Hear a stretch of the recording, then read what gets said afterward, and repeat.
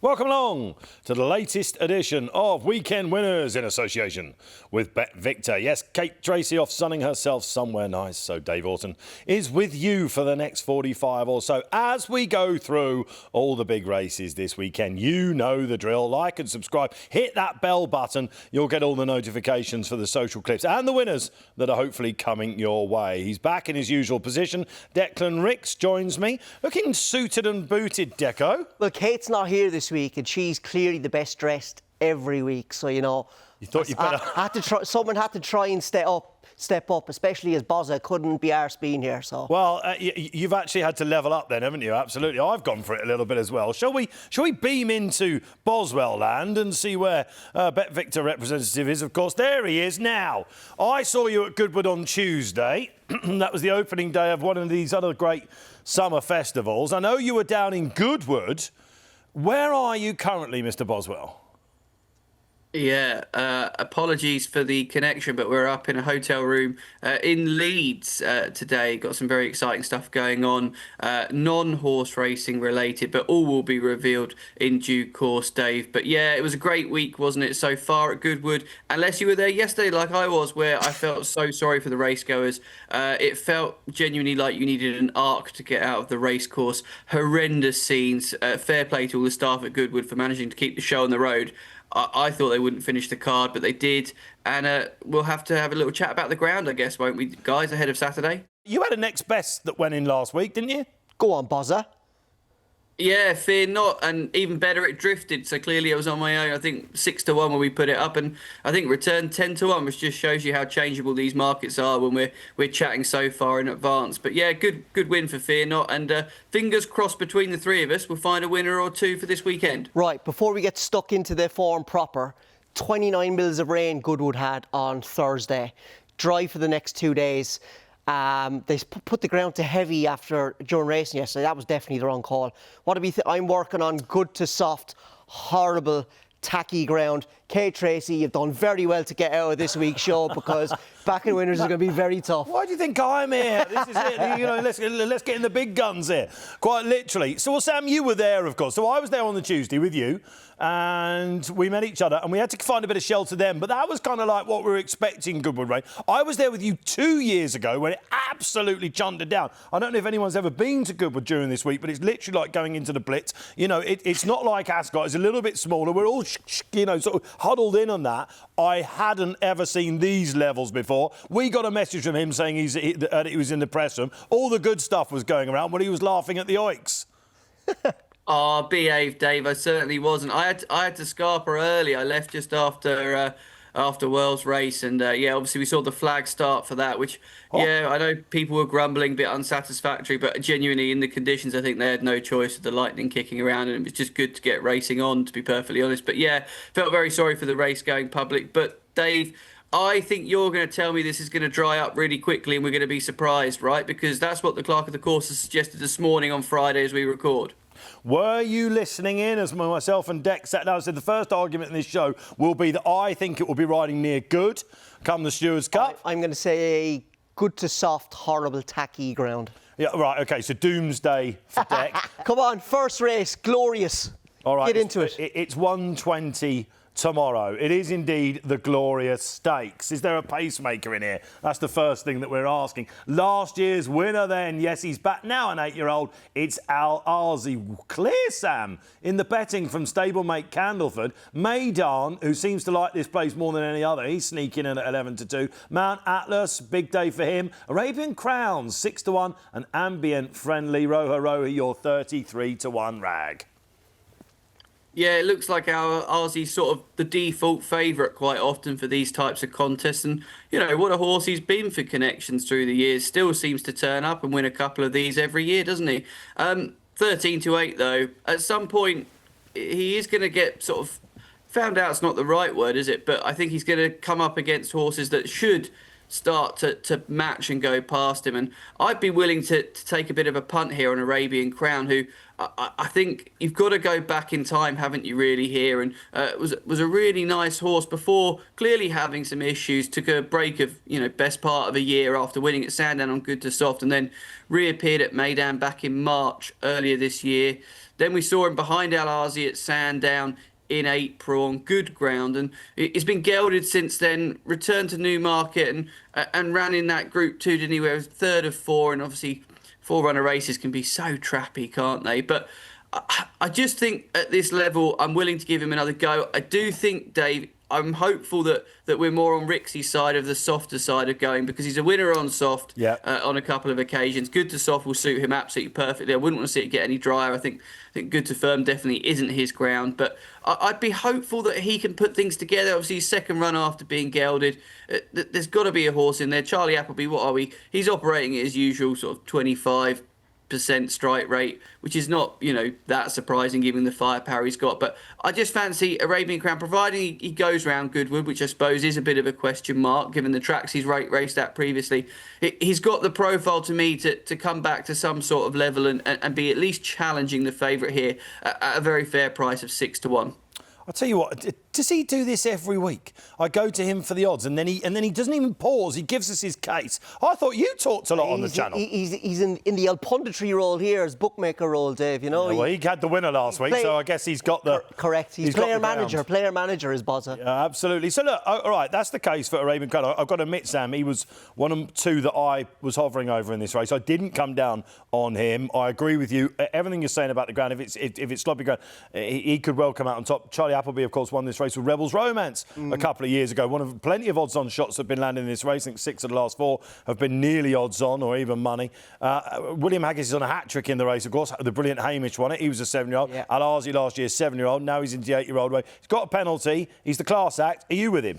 I'm not with him. Look, he's been much maligned, this horse, Al Azi, and I think very much unfairly. I'm a big fan of him. He's been a wonderful horse. But have you always been a big fan? Always, yeah. From day one. Everyone called him, he didn't like to battle and all that, but I just Lots of historical scrolling going on now, Sam, I think. No, he's going to have to delete a few tweets. If you go back and watch last week's show, Al Azi got a mention with Calandigan because people were putting him into the same bracket. Wow. And but anyway, look, I'm going to take him on. He's got the penalty, and he's always that kind of horse you want to take on at around that price, isn't he? For all I do love him. Trappy race, isn't it? He's got the penalty. There's only 7 runners. Not an awful lot of pace in here. So we'll have to see how it pans out. But look, I'm going to give Ambiente Friendly one more chance. I just thought last time out now there were signs of life that he was coming back. It was a season's best. Now look, he hasn't got anywhere near the form that he was in last year. We shouldn't forget he was a Linkfield Derby trial winner. He was 2nd in the Derby to City of Troy, and then he was 3rd in the Irish Derby behind Los Angeles. If he comes back to that form, he's an absolutely massive price at 8-1. But there were signs of life here in the Wolferton last time out. I thought 2 things, Dave. I thought he wanted a little bit softer ground and a step up and trip. He's going to get both tomorrow. Whether or not the ground has gone softer than ideal remain to be seen. But look, he shaped well here. Look, he did his usual. Bopped out, showed a little bit of gas, running keen, and that's just how he's been always. Like, the engine this horse has on him when he's at his peak is phenomenal. Like, how keen was he in all those good races last year, and he was still running big. But the key to this fella could be the gelding operation. Now, obviously, they weren't going to geld him, were they? Given they probably had half an eye in the stallion career because he was, he was a proper horse last year. But the gelding operation could be the making of him. He just might take that fizz out of him and race a little bit better, relax and finish out his races. So look, with James' own team among the winners, I'm going to give him a shot at 8-1. If he comes back to anywhere near that 3-year-old form last year, he's a big price. Wimbledon Hawkeye, of course, nearly pulled it off, didn't he? Of course, he got done by the ever-improving Merchant. I think that James Owen and Sean D. Bowen will have a winner on the card for the Gredleys. I don't. I think it will be Ambiente Friendly. Who are you with then? They're scrolling around for Ambiente Friendly, by the way. Maiden was also in that Wolverton, wasn't he? Yes. And if he hadn't have run at Newbury last time, I think I would have been coming down on this guy. Well, I backed him at Newbury last time. I put him up on the show. Yeah, he was really disappointing. But that was the day we had loads of non-runners, weren't they? And all the pace horses, like Certain Lads, Bolster, they were all out of the race. And it was a sit and sprint on fast ground. I don't think it suited him, especially over 10. Just a quick one, Sam, before we move on. Al Azi. Loads of people will be going to the track or indeed setting their alarm arm on the Saturday because they're looking at a 13-8 shot. Do you think this guy will drift or come in? Where are we sitting with him? I'll take a punt that you'll get a slightly bigger price. I think there'll be some support for something else in the race. Candleford, I'm amazed we've got through this segment without Declan Rix giving me pure dog's abuse for the fact that I tipped him up at Beverley as my nap and he went off odds on and then drifted. Had to get a mention in. Look at my last winner, blah, blah. Get on with it. Yeah, there we go. Job done. Off the bingo card. I thought Candlefield, I thought it was interesting they come here, but the ground for me will probably still be a little bit too soft to be seen at its best. So, yeah, I'm going to stick with Arabian Crown. Dave, to answer your question, I think Al Azi, you'll get a slightly bigger price, providing everything stands its ground. I think you're right as well there. OK. All right, that's the first one. Underway here on Weekend Winners. Again, get your tips in below. Like and subscribe. If you're watching on YouTube, that's what it's all about. We move on then to the third race on the card. It's the Lillie Langtry over a mile 6. And talking about characters from the first race that you've got to forgive or go back in, or you've got some projects with, well, we've got another lineup of pretty much the same here. I'm giving a chance to one. We'll get to that in a moment. Now, this is always a really, really good test, this. Terms of endearment. Now with William Haggas, won the race last year for Henry. De Bromhead up against another Irish rival, Goody Two Shoes. Joseph O'Brien still waiting for a first ever winner at Glorious Goodwood, would you believe? She will be he had one. He had one. He had one during the week, didn't he? Did he? Yeah. Don't worry, mate. We'll do your job for him. Who did he win with? That horse who ran in the behind Merchant. Who ran behind Merchant? He ran behind Merchant in the King George. Oh, the first race. I was still in the car park then. There we go. Enjoying a Goodwood picnic. It's never happened with Kate Tracey. Of course he did, Ryan Moore, didn't he? It was in the first race, the very first race. Dave, don't worry. We're all a team here, Dave. We've got your back with the knowledge. I'll tell you what, I'm due to speak to his brother at some point on Sky, recording on Friday as well. I hope to see that by then. All right, he has had his first one. That will increase your confidence. Goody Two Shoes, then second favourite, around about 3-1. And then we go down. There was a pile-on for Danielle, of course. We haven't seen her, Sam, this season. But when that ground started to come down, she's got one of the biggest knee actions in racing. There was a gamble. Yeah, I think a gamble's probably a strong word, Dave. I think it's people being opportunistic and rightfully taking prices that perhaps are a little bit too generous. And as you say, is it an overreaction to the ground? Potentially. I must say, I really like Danielle. I remember getting very excited, and then she disappointed me at Lingfield. And she's not won, has she, since you got to go back to that Weatherby win, which is really going back in time now. This race, though, sets up really interestingly, doesn't it? Looking at the betting there, we've got the horse, obviously, that won it last year, just in front of Goody Two Shoes, who's just been on some roll for Joseph, absolutely cleaning up win after win after win. I must say, though, Dave, and I'll tee it up, I think there's going to be another mover in here. I think there's an 8-1 shot that's overpriced, which will probably give away my selection. Do you want me to have a little chat about Wadara? Oh, you're on the wrong 8-1 shot, Sam. You're on the wrong. OK, I've been clipped. There's only one 8-1 shot. I've been clipped in half a point. They've obviously seen my selections. do they do that, by the way? When you set, do you give your selections at the last second? Yeah, we have to send our so we can't adjust them. We have to send our selections through on Thursday afternoon, which is not ideal, but there you go. There are excuses when we don't back winners, Dave. Oh, OK, all right. So I see, fair enough. Give us the case then for the 8-1 shot at the time of filming. Yeah, we usually push yours out, Dave. I was going to say once you've told us what they are. Wadara, right. Owen Burrows for me, Dave. Find a more informed trainer. 56% strike rate right now. 5 of his last 9 have won. He's absolutely flying. We've got a horse here that will enjoy Goodwood. That box is ticked. The win last time out came under Callum Rodriguez. Only the 4 runs to date. 3-year-olds have got a mixed record in this race, it's safe to say, but this horse could just be really progressive. If that ground doesn't dry out, we're absolutely fine. Soft ground is fine. Good to soft will be fine. I'm delighted that the rain has come for this particular runner. And there was a couple of lads that took a few big prices. I say big prices, bigger prices early doors with us. This horse by Postbone for me, I think she's a really intriguing runner. In-form yard, the one I want to be with. And I think, it's an each-way play potentially at the price as well. He's a very patient man, isn't he, Owen Burrows? I remember speaking to him just before the Friday of Royal Ascot when Falakai was about to get supplemented, and he wanted to talk about this filly, so it was on the list. And he said, we'll be looking out potentially for this race. And I thought, the way she hit the line last time out, Goodwood was good, wasn't she? She was very impressive, I thought. A word for Callum Rodriguez as well. Yeah, he's very underrated very rider. Good summer, I think. You know, I wouldn't say on the quiet because some big trainers are going for him. William Haggas has certainly worked that one out. Did he ride that Sky Majesty when she went up at Ayr last year? He rode a horse called...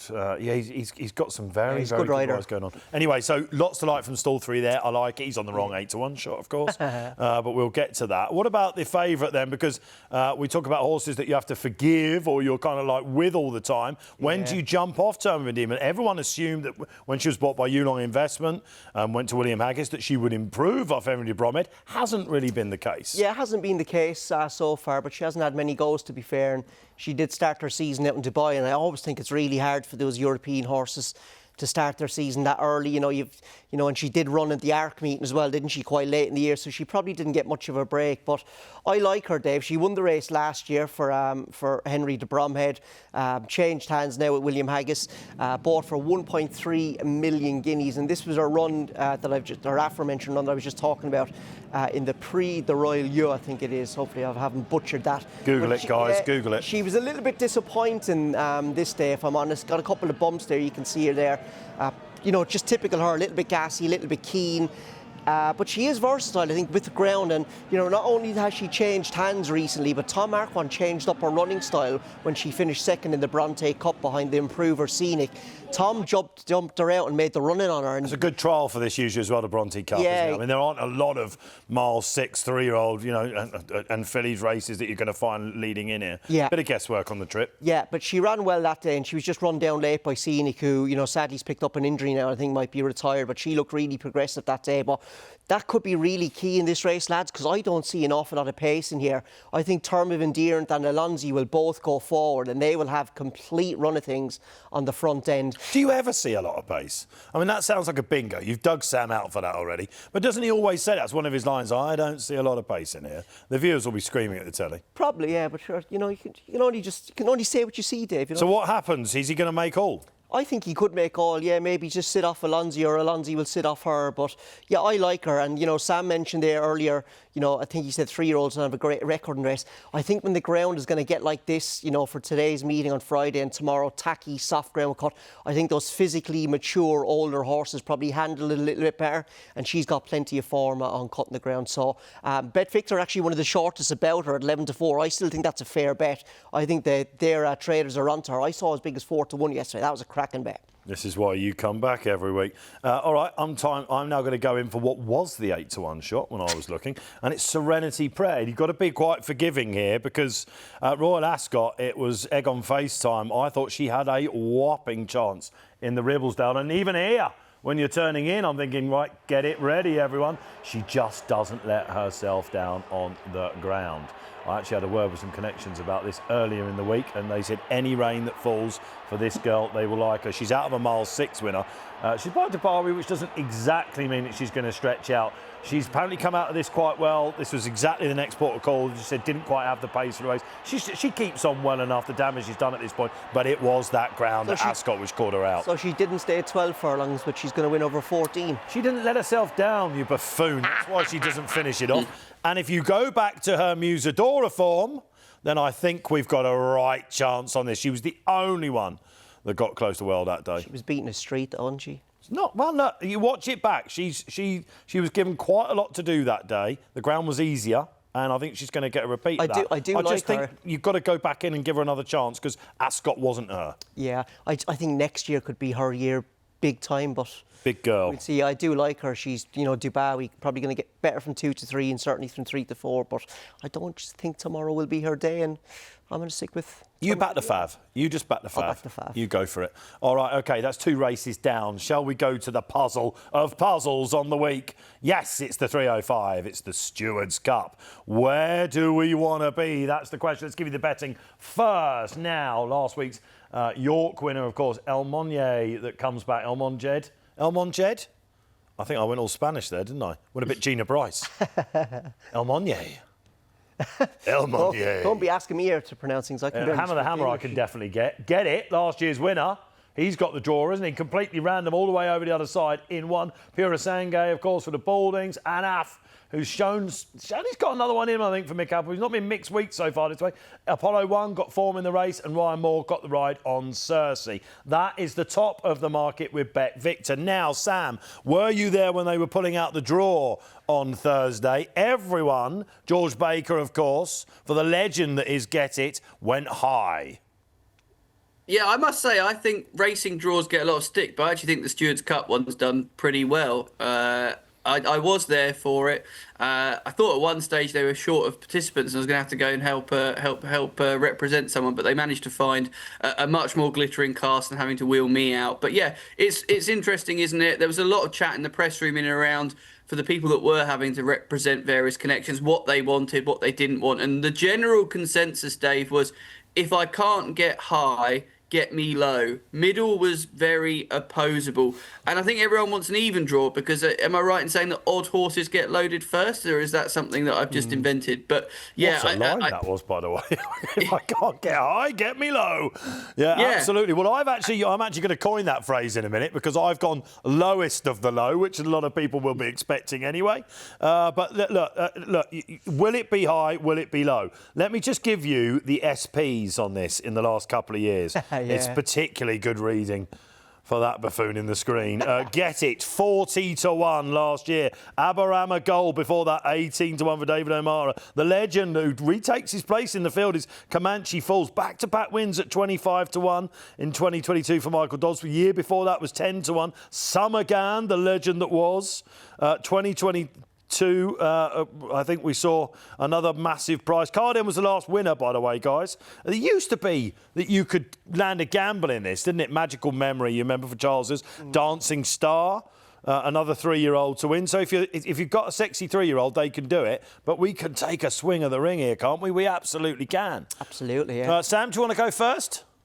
Yeah, it makes sense, really, because you're talking about big prices, and I'm going for the outsider of the entire field here, Dave. And I'm playing this as an each-way selection, as I think you would with anything bar probably the front three in the betting in this particular contest. And I'm going to try and make a case for 7 questions, who's probably got 7 questions to answer about if he can really cut it in these kind of races at this stage. Now, I can hear you chuckling in the background already, Dave. The first thing you're going to say to me is, oh, look at his record in the race last year. He was last. You go back through, he got absolutely no run. You can quite happily put a line through it. And that was on ground we'd expect for this time of year, good to firm. This fella won't mind if it's a little bit easier. He's been a previous winner on soft ground. Good ground's going to be absolutely right for him. Now, the draw, that box is ticked as far as I'm concerned. What are we up in 22? That's absolutely fine. You've got a man in Robert Cow who knows how to train these kind of horses. Now, the big question that people will put a line through this horse is because it's 6 furlongs. And they're going to look at him and go, oh, everything's come over 5, blah, blah, blah. And I completely understand why you'd make that argument. But there are scraps of form, if you go through the horse's profile, to suggest he just might be able to bounce back. You've got that Temple Stakes run going back last year when it was 3rd. That was over 5. But you go back to Maiden where he was 3rd of 13 over 6 furlongs on turf. Starlust finished in front. Declan Rix's favourite horse, who of course went on to win at the Breeders' Cup in a big price. And there are just bits of form that would suggest he could just outrun his price. Like I say, I appreciate he's the outsider here. And if you look at this season, he has been disappointing. But as a result, we're down to what? He would be running off a mark of 98 because this is an early close. He's off 100. David Probert, for me, seems to be riding really well at the moment, booked to ride for Robert Cowell as well. And he's obviously going to be heading to Hong Kong soon, but he's certainly seemingly ticking plenty of boxes. Did me a big turn with Fear Not last weekend. Fingers crossed he can get 7 questions in the freight. Another mention for Fear Not, disgraceful. Another mention for Starlust, another mention for Fear Not. You went all David Brent there, didn't you, when you were doing that? You went, ooh, you're well done. Sam, you did very well to get your reason across here, because this hyena was cackling away there while you were chatting. I mean, I've never heard a case for a 50-1 show. I thought you were going to go on as well. I was already looking at France on Sunday. I've gone ahead. But look, there you go. All right, David Probert on your side. Going to give you that. You've got the high draw. Take a punt. Yeah, it's one of those races where realistically I'm going to have to get off the 7 questions train at some point, and it's probably going to happen after this contest. But you can make a play, and I suppose run style is probably the next thing that I'm sure Declan's going to explain when it comes to his selection. Because yes, this race you kind of want the draw, but do you want to be prominent? Because you're going to need some serious luck to come through, and that's another negative about 7 questions. My selection, I think he's going to need a bit of luck, but I'd say the horses drawn around him could provide that, which is probably the next level of draw analysis that you're going to end up getting into. The David Brent of the bookmaking world. That's an absolute cracker. That's why I got up in the morning to do this show and record it nice and early. Let's talk about it then. Ding, ding, ding. Where's the pace in the race? The pace, yeah. I took a deep dive into the L sectionals. I think if you do that and you go through the numbers, you can maybe get an edge. Spent maybe about 40 minutes going through sectionals. Didn't get an edge. Not good. Pleasing. I think on memory, I think the draw, I can't remember the name of the horses now. I think 4, 10, 12 is where the pace is kind of far side. But then the pace stand side is right on the rail in 27 and 28. Yeah. And in 27 is last year's winner, Get It. And I'm hoping he runs because he is a big key to my fancy Apollo 1. Because they're drawn right next to each other, and he'll give Apollo 1 a lovely lead down the stand side rail. So I hope he does run and can give my horse a lead. Yeah. They did clash last time out. It was Apollo 1's penultimate run in the Wokingham Stakes at Royal Ascot. Now, he was beaten, I think, 3.5 lengths this day. That's not bad. I was going to question whether he'd lost the plot a bit this year, but... No, I think he's been running well. He looked like he didn't actually quite get home this day even, but this was a day lots of horses on the pace were taking an awful lot of pegging back on quick ground. But, he's £13 better off, Dave, for a 3.5 length beaten. And part of that is because we've got a young rider on called Alice Bond. What a name. Alice Bond riding a horse called Apollo 1. It's like something you'd hear in a Bond movie. But I think he can turn this form, to be honest. And this is an absolutely key piece of form for this race, isn't it? Not turning it around with my horse in this race. Not in a million. We'll get to your horse in it shortly. But look, I'm going to have a little quick chat about Alice. She's ridden 8 career winners in her career so far. She does a lot of her riding in Jersey. But I remember I went back and watched a couple of her winners. She did ride a horse back in February for Michael Keeley called Kira Kay at Chelmsford. And she looked very tidy. And that was back in February. So I think she'll have improved. Look, it's a point and shoot job, really, isn't it? Because Get It's going to go forward. We're going to sit maybe second on the stand side and lead them all a merry dance. Now, Apollo 1 has finished second in this race the last 2 years off marks of 102, I think. I backed him on one of them. It still hurts. And 100. But with Alice's claim, he's running off 100 again. Like, he's got a massive form chance. And when he was second in this race 2 years ago, that was heavy ground. And Sam made a very good point there about running styles on the ground like this. I think it's hard. It's obviously very hard to quicken out of this ground. I think those horses that go forward are aggressive early probably take a little pegging back, and I think Apollo 1 is a cracking bet, especially given he's in good order. Victor traders agree because 14's sort of keeping him on side. And I would say in this race, don't be afraid of horses near the top of the handicapper horses with high marks, because they tend to do very well in this race. The class really does come to the fore. I think guys that get it is the key to this race, isn't he? Yeah, he's definitely key to my horse. I mean, what an unbelievable... I mean, any horse that wins a Wokingham with Stewards is a bit of a legend, right? Big time. And to break more Thunders fans' hearts like that it was incredible. He will get out and go. Are we thinking of a £6 higher mark? He can't repeat the feat here. Is the ground with different ground, I think, could be what calls him back. Actually, the one thing I did notice with my selection, the 2 times he's been second in this race, he's been drawn in 27.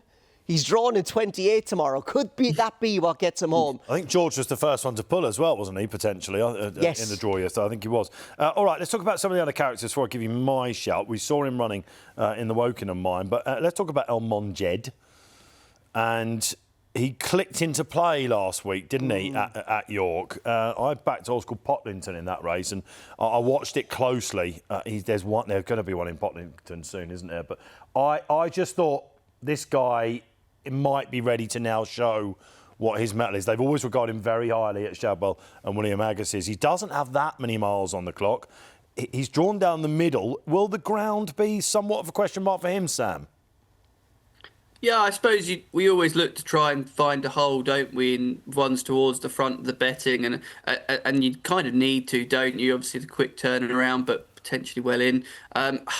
yeah, look, you've got to respect the opportunity, the chance. But for me, I just think you're taking a short price about a horse not getting into trouble, something getting in the way. Like, there's so many factors. Like, I think we're when it comes to opposing favourites, Rixie will probably tell me that I'm far too the opposite way and love to back them. But in races like this, I'd really struggle to want to take around a 13 to 2, 6 to 1 mark about a horse that could blow them apart. But it's just way too short for me. I don't know if he blows them apart, but I think he's going to be banged there. I've got to say that. I think the ground is enough to put me off putting him up at that price, Sam. I'm about right. It'll be fascinating to see what he does in the market. Do you want a bold shout?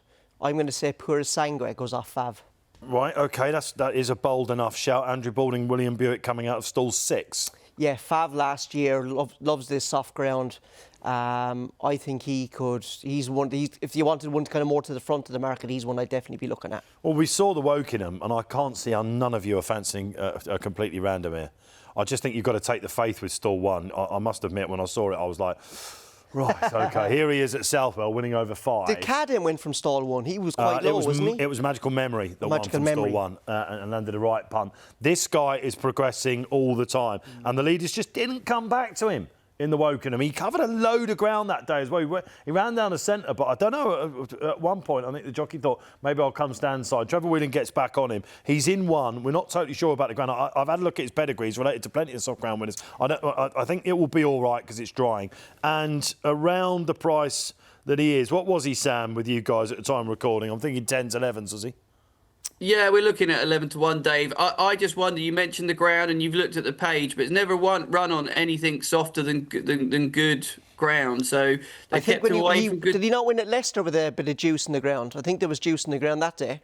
Yeah, it's not conclusive with him. Yeah. That's the thing. He's not a Purasanki, for example. But I just think there will be a big one in him.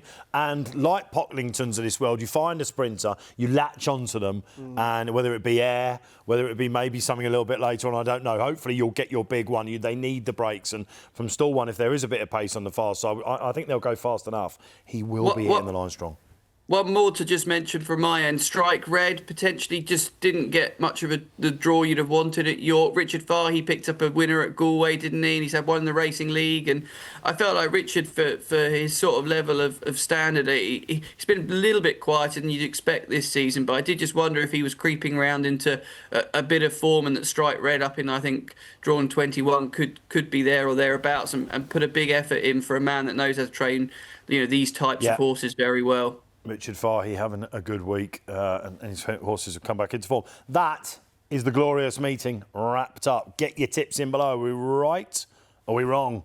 Like and subscribe, and don't forget, hit that bell. That's when you get your notifications on YouTube. We've got to move on, of course, because Sunday service resumes on Sky Sports Racing. You will be able to see at Deauville another start of a great summer festival. Who's making the pilgrimage over there? It's absolutely glorious. It's the Prix Rothschild, which you can check out on the channel. Now, at the time of recording, we are up early doors on a Friday to do this for you guys. There isn't the draw, there isn't the final decks, but we have got some players that we think that we need to reference, guys. Sam, I don't know if you've had a good look at this yet, but we're talking about the likes of January, of course, who will probably go off market leader with getting there.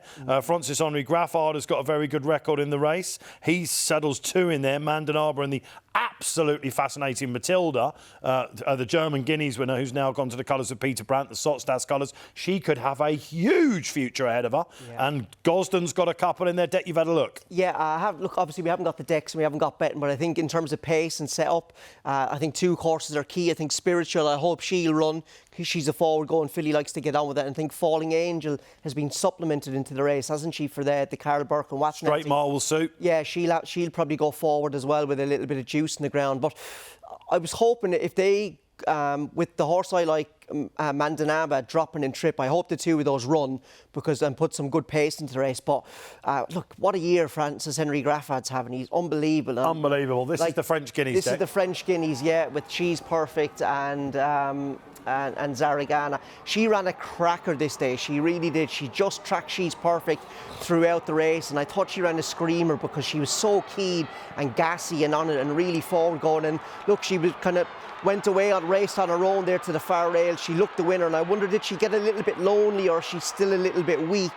She was just collared late, but maybe she was on kind of slightly slower ground as well. She then ran in the Diane, and I was kind of going pre-race, this is brave, stepping up and trip, given how keen she was. She had a horrible draw this day, and she was stuck out 4 and 5 wide without any cover.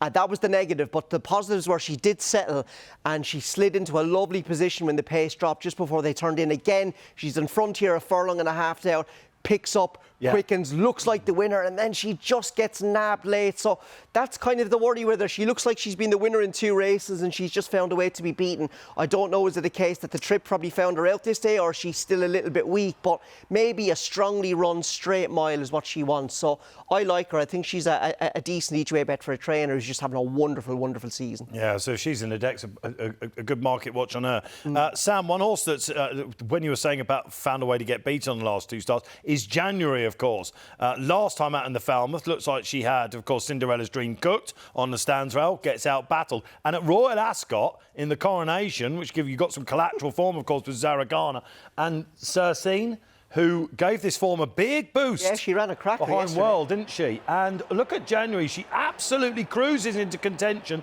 This was kind of her comeback, Sam. She doesn't get the job done. Yeah, but she is a nice type, Dave, and you've just got to think, haven't you, being by Kingman, do you think a little bit more juice in the ground would be helpful to her chances, potentially, which you think they might well get at Deauville in comparison to what we ran on at Newmarket and at Ascot? I don't know. You mentioned the form boost there as well, and, you know, clearly quite a hardy type when you think, what was it, 1, 2, 3, 4, 5, 6 runs at 2, and I really like that about a horse, especially for Aidan O'Brien's, that can show that level of toughness. Obviously, a bit of a mixed week for them at Goodwood at the moment, it feels like, but I think she'll be bang there or thereabouts. So I'm a big fan of Fallen Angel as well. Be interested to see how they get on. Obviously, it's been a busy week for Wafnan, perhaps a bit more crossbar hitting than they'd have liked at Goodwood at these big meetings, but potentially Fallen Angel can give them a good run as well in France. I keep waiting for her to bounce back. I think you're right. I thought in the lock-in she was going to come on for that. Bit disappointed at Royal Ascot. You wouldn't give up on her. I think January will be favourite. I think this is probably her race. Mother Earth, of course, was Aidan's last winner of this. Up the straight mile is a good race for market leaders as well. Pretty sure she'll be market leader. But if Matilda gets the entry for Graffards, I mean, this is a massive talking horse way before we knew that she'd be going to Graffards. We haven't seen her since Cologne on the 18th of May, when she absolutely trounced up in the 2,000 guineas. So she beat the Colts. And from these Peter Brandt colours, you'd be thinking maybe a trip to Longshot before going to the States. Yeah, look, I'm not even going to pretend now that I know the German form, but visually she was deeply impressed, wasn't she, last time out? Absolutely bolted up. She is, I think the perfect way to describe her in this race is fly in the ointment. Absolutely superb, which is what he looks like at the moment. I don't know how you say that in French, but... He looks like a fly or something, that's for sure. All right, brilliant stuff. That's the weekend ahead. Cannot wait. Weekend winners, though, we're not done yet because the best bets await. Yes, we've moved to the Skypad. Look, we've got the floating David Brent of the bookmaking world. Look, this is absolutely brilliant, isn't he? He's all over the place. He's absolutely hating that. He assures us that he's in Leeds. But we're going to give him the best bets. He had his next best going at 6s last week. Take the floor, Bozzy. Yeah, let's kick off. And we're going to start with my nap in the Lillie Langtry. And I'm really hopeful that Owen Burrows' fantastic form will continue with Dara. I just think she is the type that could come here and just show that we know she handles Goodwood. We know a little bit of cut in the ground is going to be just perfect for her. So she'll be my nap at a decent price. I think we're looking at around 7-1. My next best, I was struggling a little bit, but I am talking myself into Arabian Crown as a really good next best here.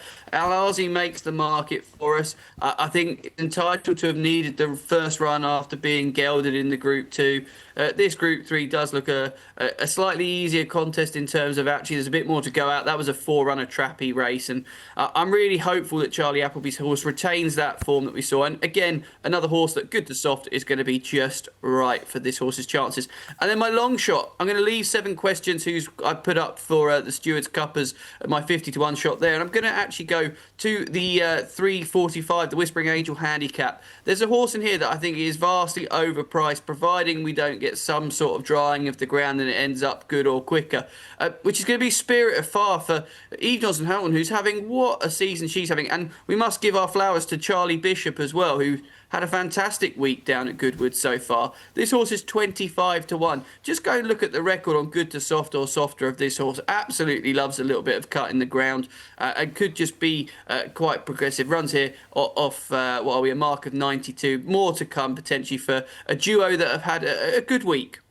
All right, OK. I thought 7 questions was absolutely nailed on to be the outsider. So a bit of value there for you. You're hunting around, Declan? A little bit, yeah. But Sam and I are going to take each other on this week with the nap, because I think Term of Endearment is the best bet this weekend. Won the race last year. I think she can win it again on different ground. She's shown that she's versatile, both in ground and in tactics. And in a race I don't see any pace on, I'm hoping Tommy Marquand can lead them a merry dance. And then the next best is going to be another horse with form at Goodwood. Apollo 1 has been second in the Stewards Cup the last 2 years running.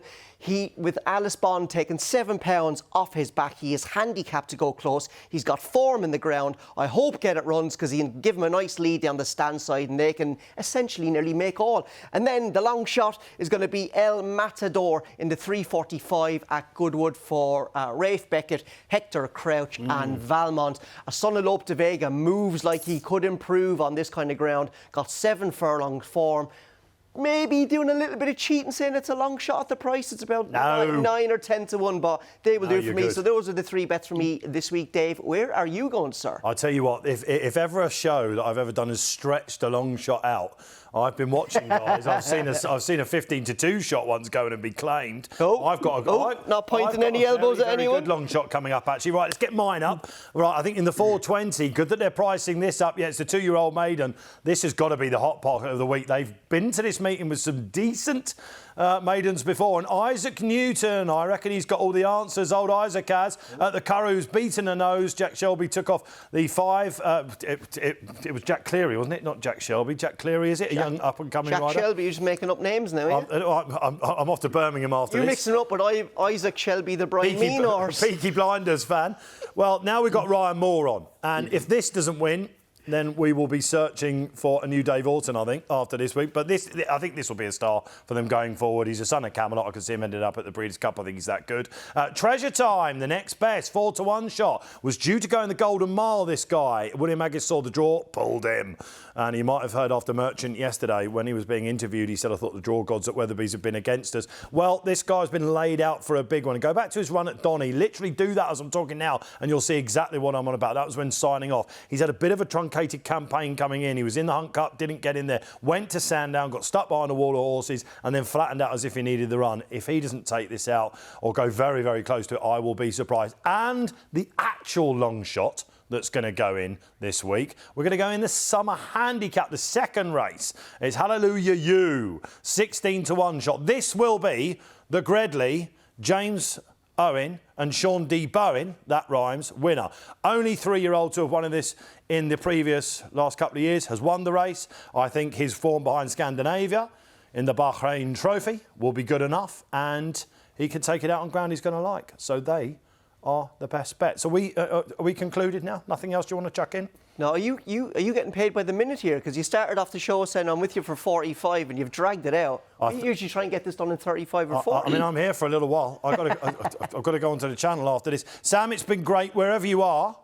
Float away now, and we'll see you next week. Dave, thank you very much for stepping in. Me and Dec have decided you're our very own Ole Gunnar Solskjaer off the bench, and you come in and do a great job. So big well done to you. Ole Solskjaer, the player, not the manager, who obviously gets the sack on a regular basis. I was at the last game when they were singing Ole's no longer at the wheel. I was at that game, but I'll take that. Nothing baby-faced about Dave. He's at the toughest paper round I've ever seen. Listen, I'm getting on a bit now. Dec, you've been good value as usual. That's insufferably. Well, we'll see. Hopefully a couple of winners this week. It would be nice. Absolutely magnificent. That is us done then. Another episode of Weekend Winners. Don't forget, thumbs up, like and subscribe on YouTube. Check out all those social comments. I think there's going to be plenty of clips coming away. Hopefully some winners too. Kate Tracey, do not worry. We'll be back in situ next week. Enjoy the sport.